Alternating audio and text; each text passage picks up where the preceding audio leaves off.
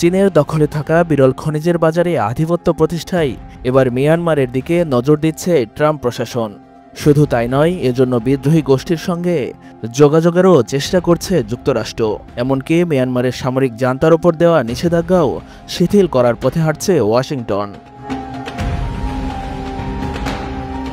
British গণমাধ্যম Reuters জানায়, মিয়ানমারের কোচিন রাজ্যে বিরল খনিজের খনিগুলো নিয়ন্ত্রণ এখন কোচিন ইন্ডিপেন্ডেন্স আর্মি KIA-র হাতে।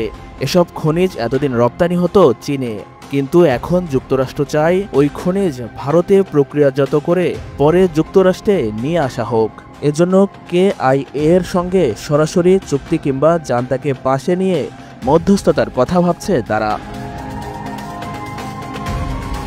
বিশ্লেষকদের মতে ট্রাম্প প্রশাসনের এসব প্রস্তাব শুধু চীনের প্রভাব হ্রাসই নয়, একই সঙ্গে ভূরাজনৈতিক এক বড় উত্তরণের ইঙ্গিতও দিচ্ছে।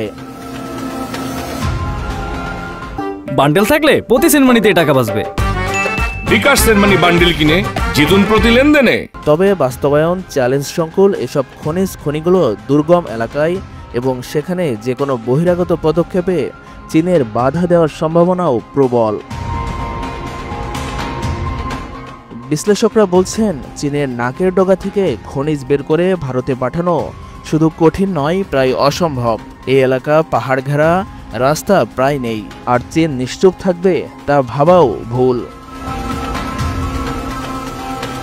যদিও এখনও আনুষ্ঠানিকভাবে কোনো কৌশল চূড়ান্ত করেনি ট্রাম্প প্রশাসন, তবে সূত্র বলছে জান্তা সরকারের কিছু ঘনিষ্ঠ কর্মকর্তার ওপর থেকে নিষেধাজ্ঞা প্রত্যাহার ইতিমধ্যেই শুরু হয়েছে।